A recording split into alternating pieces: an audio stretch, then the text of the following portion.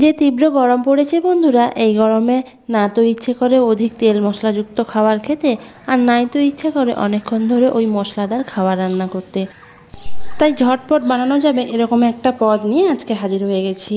হরে কৃষ্ণ বন্ধুরা, কৃষ্ণপ্রেমী পরিবারের আবারও একটা নতুন পর্বে আপনাদের সকলকেই স্বাগত জানাই। আগেকার দিনে বন্ধুরা এই রান্নাটা প্রায় সবার ঘরে হয়ে থাকতো। এখনকার আধুনিকতার ধাঁচে এই রান্নার প্রায় হয় না বলা যায়, কিন্তু গরমের সময় এই রান্নাটা একবার করে দেখুন, কথা দিচ্ছি সবারই কিন্তু ভীষণ পছন্দ হবে।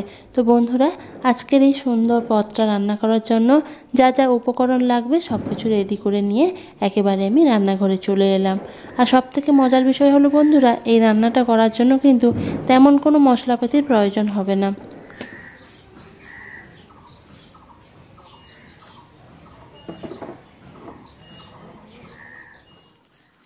এই রান্নাটা করার জন্য বন্ধুরা এখানে হাফ বাটি মতো নিয়ে নিয়েছি মটর ডাল। এই ডাল কিন্তু দোকানে খুব সহজেই পেয়ে যাবেন। এই মটর ডালটা একটু ভিজতে সময় যায়, যদি আপনাদের হাতে সময় থেকে থাকে তাহলে অবশ্যই আগের দিন রাতে ভিজিয়ে রেখে দেবেন, তাহলে এটা বেশ ভালো করে ফুলে যায়। আর যদি সময় কম থাকে মিনিমাম 2 ঘন্টা মতো আগে ভেজলেও হবে। তো আমি এটাকে আগের দিন রাতেই ভালো করে জল দিয়ে 2-3 বার জল বদলে একটু ধুয়ে পরিষ্কার করে জল দিয়ে ভিজিয়ে রেখে দিয়েছিলাম, পরের দিন সকালবেলা এটা রান্না করব বলে।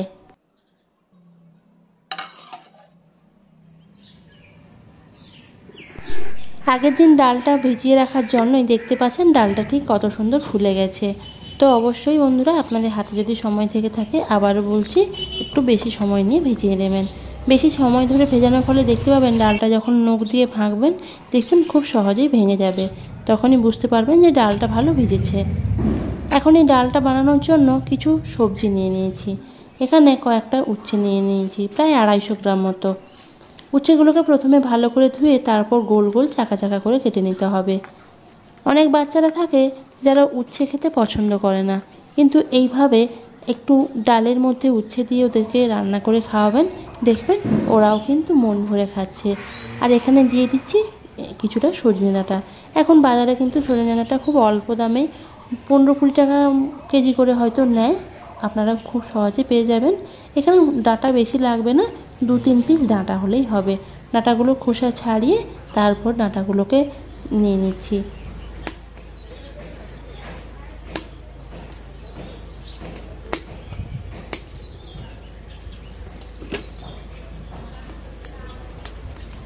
সবজিগুলো কাটা হয়ে গেলে এখন এগুলোকে এক সাইড করে রেখে দিয়েছি। এখন একটা মশলা বানিয়ে নেব। তেমন কিছুই নয়, শুকনো কড়াইয়ের মধ্যে অল্প একটু গোটা জিরে আর একটা শুকনো লঙ্কা দিয়ে ভেজে নিতে হবে। ডালটা রান্না হয়ে গেলে সবার শেষে এই ভাজা মশলাটা দিলে ওই ডালের টেস্ট কিন্তু অনেকটাই ভালো হয়, তাই চেষ্টা করবেন এই মশলাটা আগে শুকনো কড়াইয়ে ভেজে নিতে।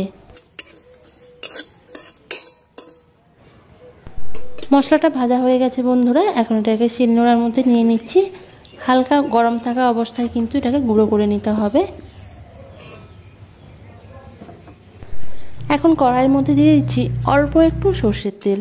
যেহেতু বন্ধুরা বলেছি আজকের এই রান্নাটা একেবারে কম তেল মশলাই করব, তাই তেলের পরিমাণটা একেবারে অল্পই দিলাম।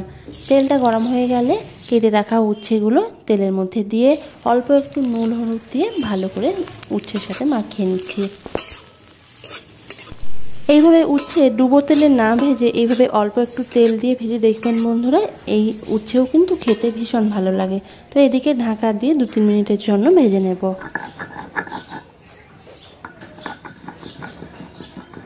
ওদিকে উচ্ছেটা ভাজা হতে থাক, ততক্ষণে চলুন যে ভাজা মশলাটা করে রেখেছিলাম ওটা গুঁড়ো করে নিচ্ছি। উষ্ণ গরম থাকা অবস্থাতেই কিন্তু মশলাটাকে গুঁড়ো করে নিয়েছি। এই মশলাটা কিন্তু পুরো এই রান্নাতে কিন্তু ব্যবহার হবে না, এটা আপনারা যে কোনো এয়ারটাইট কন্টেনারের মধ্যে ভরেও রেখে দিতে পারেন। এখানে জাস্ট 1 চামচ মতো ব্যবহার হবে। তো এদিকেও বন্ধুরা উচ্ছেগুলো ভাজা হয়ে গেছে, একদম অল্প তেলেই ভেজেছি বন্ধুরা, এরকম হালকা করে ভেজে তুলে নিতে হবে।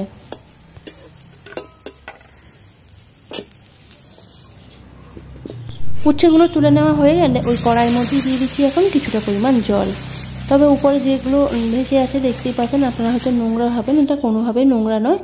যে উচ্ছেটা ভেবেছিলাম তারই একটা তেলের অংশ বলতে পারেন, এটা ফেলে দেওয়ার কোনো দরকার নেই। এখন ওই জলের মধ্যে দিয়ে দিচ্ছি মটর ডালগুলো আর দিয়ে দিচ্ছি এখানে কেটে রাখা সজনে ডাঁটাগুলো। পরিমাণ মতো লবণ দিয়ে দিলাম। হলুদ এখন দেওয়ার দরকার নেই, হলুদটা একেবারে শেষে দেব। লবণটা ভালো করে মিশিয়ে নিয়ে ঢাকা দিয়ে এখন মিনিমাম 15 থেকে 20 মিনিট মতো ফুটিয়ে নিতে হবে। এটা যদি প্রেসার কুকারে দেন তাহলে প্রেসার কুকারে একটা সিটি দিয়ে নামিয়ে নেবেন।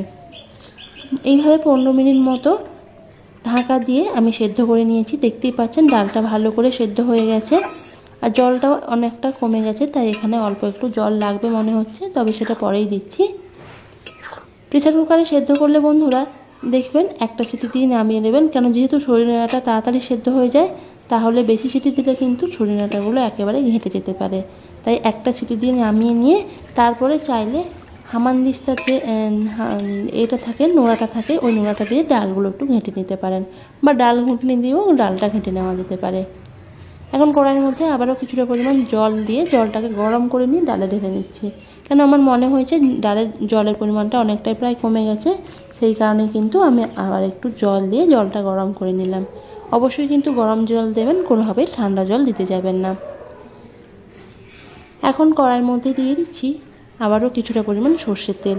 তেলের পরিমাণটা একেবারেই অল্প, ওই 1 থেকে 1.5 চামচ মতো। ফোড়ানোর জন্য দিয়ে দিচ্ছি একটুখানি গোটা জিরে, 2টো শুকনো লঙ্কা আর 2টো তেজপাতা। ফোড়নটা কিন্তু প্রথমে হালকা করে ভেজে নিচ্ছি।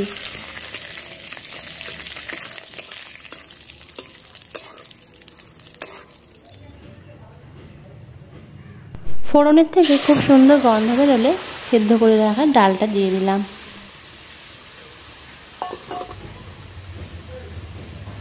এখন এখানে 1/2 চামচ মতো হলুদ গুঁড়ো দিয়ে দিলাম। হলুদ গুঁড়ো এখন দেওয়ার কারণ হলো, প্রথমে ডাল সেদ্ধ করার সময় যদি হলুদ গুঁড়ো দিয়ে থাকেন অনেক সময় হয় কি ডালটা ছেড়তে চায় না, তাই অবশ্যই চেষ্টা করবেন ডালটা সেদ্ধ করে নিয়ে তারপরে হলুদ গুঁড়ো দেওয়া। হলুদ গুঁড়োটা দিয়ে ভালো করে মিশিয়ে নিয়ে এখন আবারও, যেহেতু জল অ্যাড করেছিলাম তাই আবারও অল্প একটু লবণ দিয়ে দিলাম। লবণটা যে যার স্বাদ বুঝে দেবেন বন্ধুরা, যে যতটা পরিমাণ বানাবেন সেই মতো বুঝেই লবণটা দিতে হবে।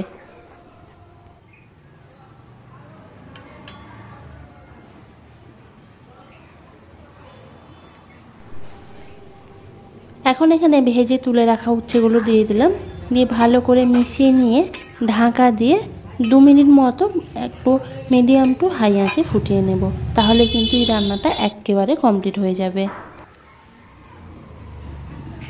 ওদিকে ডালটা ফুটুক, ততক্ষণে চলুন এখানে সুন্দর একটা আলু মাখা বানিয়ে নিই। অনেকে আলু চোখাও বলে থাকেন, অনেকে আলু মাখাও বলে থাকেন, যার যেটা পছন্দ সেটা বলতে পারেন। আলুর মধ্যে অল্প একটু লবণ, একটা ভাজা লঙ্কা, একটুখানি কাঁচা সর্ষের তেল আর একটুখানি নিম কুড়ির ভাজা, অর্থাৎ নিম পাতার ভাজা যেটাকে বলে থাকেন, দিয়ে ভালো করে আলুর সাথে মাখিয়ে এই ডাল আর এই আলু মাখা দিয়ে ভাত খাবেন। এই গরমের সময় কিন্তু এই রান্নাটা, মানে এই দুটো পদ ভীষণ ভালো লাগে গরম ভাতের সাথে। এদিকে বন্ধুরা 2 মিনিট মতো ডালটা ফুটিয়ে নিয়েছিলাম, এখন কিন্তু ডালটা আমার একেবারে রেডি হয়ে গেছে।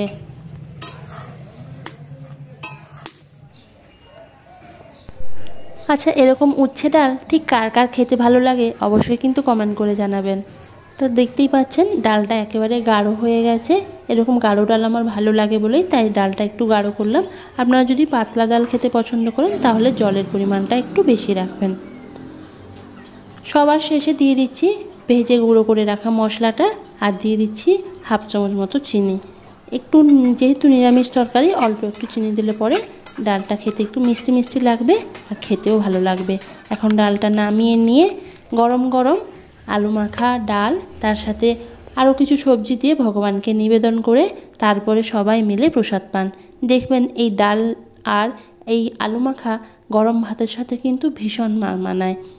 তো বন্ধুরা, যারা এই রান্নাটা করেননি অবশ্যই কিন্তু এই রান্নাটা একবার হয়ে করে দেখবেন, আর অবশ্যই কমেন্ট করে জানাবেন কিন্তু এই ডালটা খেতে ঠিক এই গরমের সময় কেমন লাগে।